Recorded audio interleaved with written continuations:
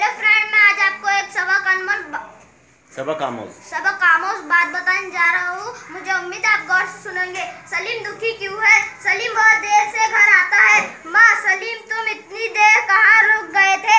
सलीम जवाब नहीं देता है। सलीम मैं तुमसे पूछ रही हूँ, क्या कहाँ थे तुम? सलीम कोई जवाब ना देते हुए एक कोने में जाकर बैठ जाता है।